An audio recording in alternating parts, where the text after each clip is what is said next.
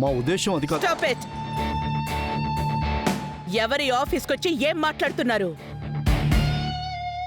ఏంటి నాకు ఆర్డర్ వేస్తున్నారా? నా కంపెనీ ఎలా నడవాలని మీరు నాకు చెప్తున్నారా? నేను ఈ బిజినెస్ మొదలు పెట్టినప్పుడు కట్టలు డబ్బు పెట్టుకునో పెద్ద వాళ్ళ సపోర్ట్ తీసుకునో మొదలు పెట్టలేదు. నా కష్టాన్ని మాత్రమే నమ్మి ఇవాల్టి వరకు నేను ఈ కంపెనీని రన్ చేస్తున్నాను. మినిస్టర్ నుంచి సీఎం వరకు నా పేరు విని నాకు ఒక మర్యాదిస్తున్నారంటే దానికి కారణం నేను పడ్డ కష్టం. ఒక విషయం మీరందరూ బాగా గుర్తుపెట్టుకోండి. ఈ కంపెనీ వల్ల మీరున్నారు, అంతేగాని మీ వల్ల ఈ కంపెనీ లేదు. ఈ కంపెనీ వల్ల మీ అందరికీ లాభం, మీ వల్ల నాకు ఎలాంటి లాభము లేదు.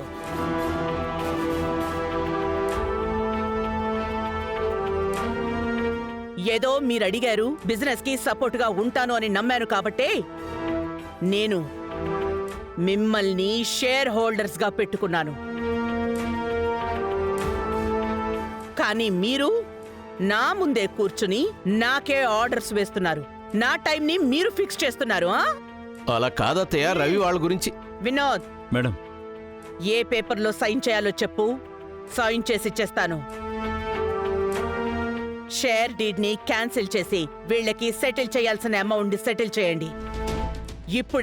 ఇప్పుడే సెటిల్ చేసి వీళ్ళని ఈ కంపెనీకి ఎలాంటి సంబంధం లేదని చెప్పి పంపించేసేయండి.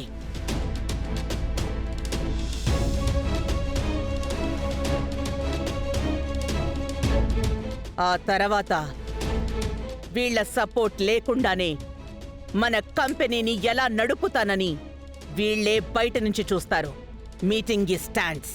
మేడం ప్లీజ్, ఏం చెప్తున్నావు అంటే. వినోద్, ఇంకా ఏంటి చూస్తున్నావు? ఝాన్సీ అమ్మా, ఒక్క నిమిషం నాతో రండమ్మా ప్లీజ్. ప్లీజ్ ఝాన్సీ అమ్మా.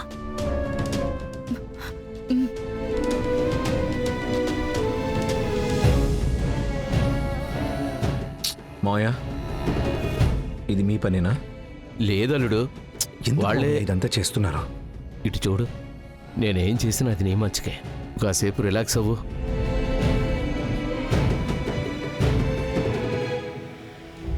చెప్పు, ఏంటి బంగారి? ఝాన్సీ అమ్మా, కొంచెం ఓపిగ్గా ఉండండి. మీరు ఎలా ప్రశాంతంగా ఉండగలరు బంగారి? నిన్న వచ్చారు వీళ్ళంతా. ఏదో కంపెనీలో నాకు షేర్ ఉంటే నేరుగా నాకే ఆర్డర్ ఇస్తారా? వీళ్ళని నమ్ముకున్నా నేను ఈ కంపెనీ నడుపుతున్నాను. వీళ్ళు మాత్రమే కాదు, ఈ కంపెనీలో ఎవరెవరు షేర్ హోల్డర్స్ ఉన్నారో వాళ్ళందరినీ కలిపి బయటికి పంపిస్తాను. ఒంటరిగా నేనే ఈ కంపెనీని నడిపి చూపిస్తాను. ఏమనుకుంటున్నారు వీళ్ళు? దయచేసి కొంచెం ఓపిగ్గా ఉండండి ఝాన్సీ అమ్మా. ఎందుకు మీరు ఇంతగా కోపడుతున్నారు? కోపంలో తీసుకునే నిర్ణయం ఏది కరెక్ట్గా ఉండదు. మీరెప్పుడు చెప్పే మాటే కదా ఇది. మీరిన్ని మాటలు అన్నారే, బదులుగా వాళ్ళు ఏమైనా అన్నారా చెప్పండి? అందరూ భయపడి ఉండిపోయారు. వాళ్ళందరికీ ఆ భయం ఉంది కదా. అంత భయం ఉన్నవాళ్ళు నా దగ్గరకొచ్చి ఎలా ఇలా మాట్లాడారు? అమ్మా, నేనేదైనా చెప్పాను అంటే దానికో అర్థం ఉంటుందని మీరు నమ్ముతారు కదా. చెప్పండి ఝాన్సీ అమ్మా, నాకు మీ దగ్గర చనువు ఉంది కదా.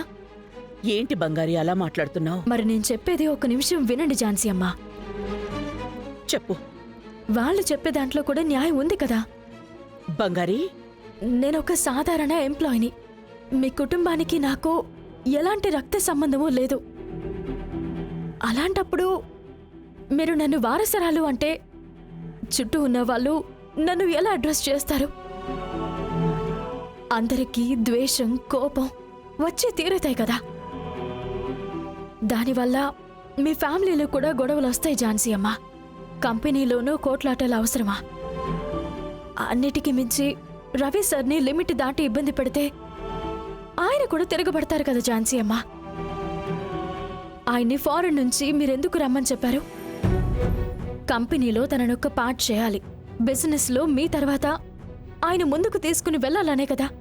అలా ఆశ పెట్టి ఈ సాధారణ ఎంప్లాయ్ అంటే ఆయన ఎంతని తీసుకుంటారు? మీరే ఒకసారి ఆలోచించండి.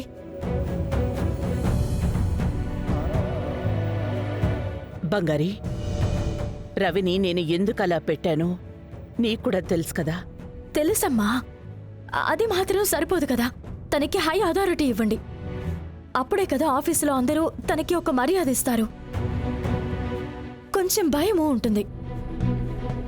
ప్లీజ్ ఝాన్సీ అమ్మా, దీనికి ఒక ముగింపు తీసుకురండి. లేదు అంటే ఈ సమస్య ఇలా పెరుగుతూనే పోతుంది. అది మీకు మంచిది కాదు, ఈ కంపెనీకి మంచిది కాదు, ఇక్కడ ఎంప్లాయీగా ఉండే నాకు కూడా మంచిది కాదు. ఝాన్సీ అమ్మా, అన్నిటినీ కన్సిడర్ చేసి ఆలోచించండి ప్లీజ్ అమ్మా.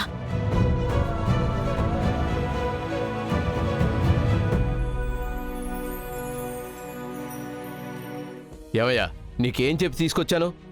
ఏం మాట్లాడమని తీసుకొచ్చాను? వివరంగా విడమరి చెప్పేగా తీసుకొచ్చా. ఆవిడ లోపలికి రాగానే రెచ్చిపోయారు. మీరందరూ వానపాముల్లో మట్టిలోకి వెళ్ళిపోయారేంటి? ఏం సార్, మీరే మాట్లాడొచ్చు కదా. ఏవయ్యా, నేను మాట్లాడేటట్టయితే మిమ్మల్ని ఎందుకయ్యా రమ్మని చెప్తాను? భలే వరండి మీరు. ఆవిడేమో మొత్తం సెటిల్ చేసి పంపమంటుంది, తర్వాత మమ్మల్ని రోడ్డు పడమంటారా ఏంటి? సరే, ఆ అమ్మాయి ఏదో తీసుకుని వెళ్ళింది, ఏదో ఒకటి కాంప్రమైజ్ చేసి తీసుకుని వస్తుందేమో. ఎవరు చెప్పారు కాంప్రమైజ్ చేస్తుందని? అసలు సమస్య ఆ అమ్మాయి అని చెప్పా కదా. ఏదో అర్థమైనట్టు ఇప్పుడు కూడా ఆవిడని బయటికి తీసుకెళ్ళిందంటే బ్రెయిన్ వాష్ చేయటానికే. వచ్చాక రవికి ఏ పోస్టు ఇవ్వటం కుదరదని చెప్తుంది చూడు. ఒకవేళ అత్తయ్య అలా చెప్పారనుకో, ఎట్టి పరిస్థితుల్లో ఆ నిర్ణయం ఎవ్వరూ ఒప్పుకోకండి. ఏంటి, అర్థమైందా? ఏం చేయాలి? ఏంటి గునుగుతున్నారు? సరేనా? ఏంటి?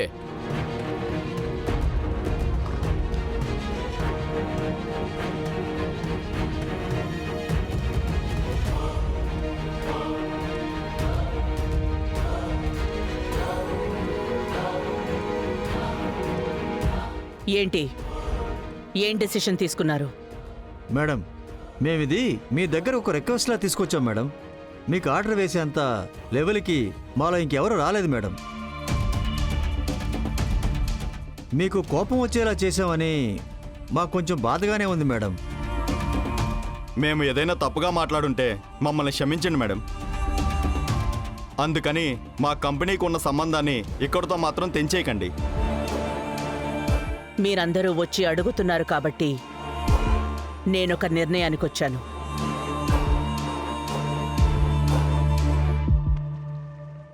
మీరు ఏ నిర్ణయం తీసుకున్నా మాకు ఓకే మేడం, కానీ మా డీడ్ మాత్రం క్యాన్సిల్ అంతే చేయండి మేడం. నా నిర్ణయం ఏదైనా సరే మీరు అంగీకరించాలి. Okay madam. Okay madam. గంగిరెద్దుల్లా తలుపుతున్నారు చూడు.